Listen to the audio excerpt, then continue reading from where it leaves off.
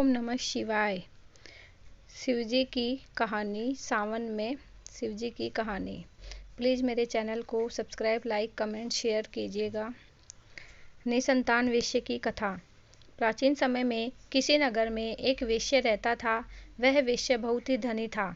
उसे किसी बात का कष्ट न था, परंतु उसके पास विशाल विभव होते हुए भी उसे कोई संतान न थी, जिसके कारण वह वेश्या हमेशा दुखी रहा करता था।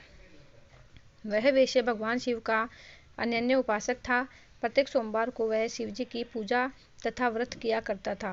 सोमवार के दिन सायंकाल वह शिव मंदिर में दीपक जलाता था तथा उन्हें अनेकों प्रकार के व्यंजन अर्पित करता था। इसके बाद पत्नी सहित भगवान का प्रसाद ग्रहण करता था। उस वेश्य के भक्ति भाव को देखकर पार्वती जी दयाद हो गई और शिवजी से बोली, हे शिवजी, यह वेश्य प्रति सोमवार को आपका पूजन कितनी श्रद्धा से करता है, आप इसकी संतानहीनता को दूर क्यों नहीं करते।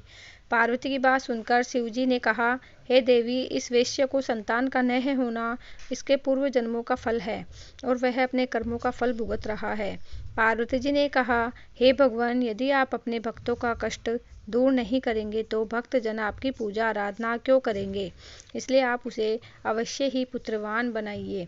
पार्वती जी के उत्तर में शिवजी ने कहा, हे देवी, मैं तुम्हारे आग्रह से उसे पुत्र प्राप्ति का वर देता हूँ, परंतु इसके भाग्य में पुत्र सुख न होने से वह पुत्र केवल 12 वर्ष तक ही जीवित रह सकेगा। कुछ काल के अनंतर भगवान शिव की कृपा से वेश्य पत्नी गर्भवती हुई और 10वें मास उसे पुत्र रत्न की प्राप्ति हुई। पुत्र उत्पन्न होने से वेश्य के घर में अत्यंत आनंद मनाया गया, परंतु फिर भी वह वेश्य निश्चित न हो सका, क्योंकि वह जानता रहेगा। इस प्रकार आनंद मंगल में 11 वर्ष का समय व्यतीत हो गया। एक दिन उसकी माँ ने पति से पुत्र विवाह के लिए आग्रह किया। वेश्या ने अपनी पत्नी से कहा, अभी विवाह की क्या चिंता है, अभी तो मैं इसे काशी में विद्या अध्ययन के लिए भेजना चाहता हूँ।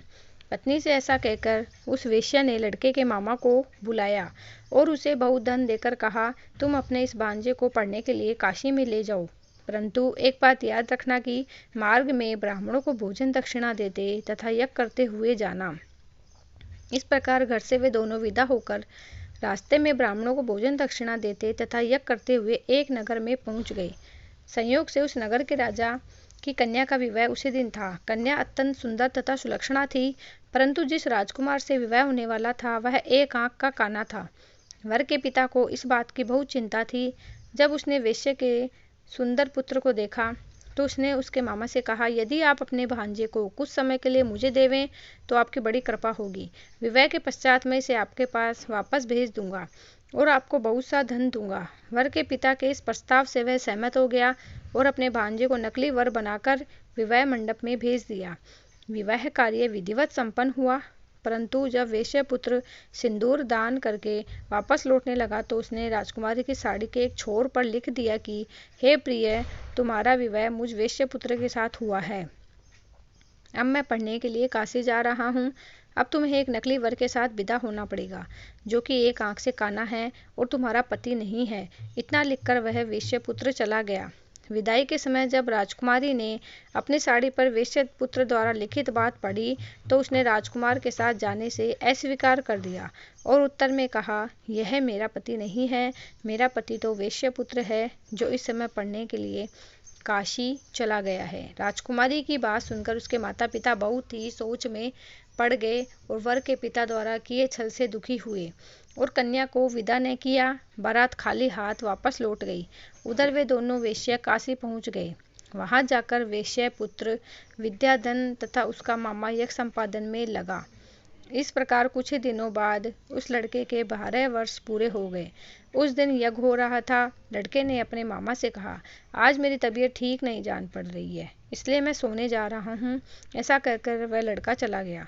थोड़ी देर बाद आकर जब मामा ने देखा तो अपने भांजे को मृत अवस्था में पाया, जिससे वह बहुत ही दुखी हुआ, परंतु उधर यज्ञ कार्य चल रहा था, इसलिए यज्ञ भंग होने के भय से मौन ही रहा। जब यज्ञ की पूर्णाहुति हो गई और सभी ब्राह्मण वहां से चले गए तो वह जोरों से विलाप करने लगा। उसी समय देवयोग से पार्वती जी के साथ शिवजी विलाप को सुनकर पार्वती जी का मन दयाद हो उठा और वह शिवजी से बोली, हे भगवान, इतना करुण क्रंदन कौन कर रहा है। आप वहाँ चलकर देखिए कि उसके रोने का क्या कारण है। पार्वती जी के आग्रह से शिव जी उस स्थान पर गए। वहाँ पहुंचकर पार्वती जी ने उस बालक को पहचान लिया और कहा, हे भगवान, आपके वरदान से उत्पन्न बालक मृत हो चुका है, इसका क्या कारण है। शिवजी बोले, हे देवी, यह बालक अपनी पूरी आयु समाप्त कर चुका है और अब मृत्यु को प्राप्त हो गया है, इसमें मैं क्या कर सकता हूँ।